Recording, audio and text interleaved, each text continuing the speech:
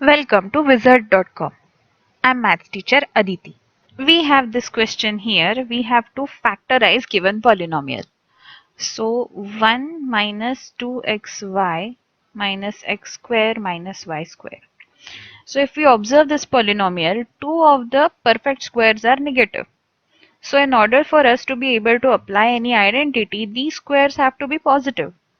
So what we'll do, we'll take negative 1 common out of last three terms. So we get 2xy plus x square plus y square. Now inside the bracket this looks like a square plus 2ab plus b square, which can be written as a plus b whole square.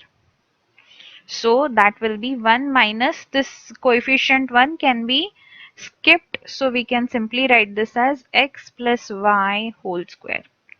Now this looks like 1 square minus x plus y whole square, which looks like a square minus b square, which we can write as a plus b, a minus b.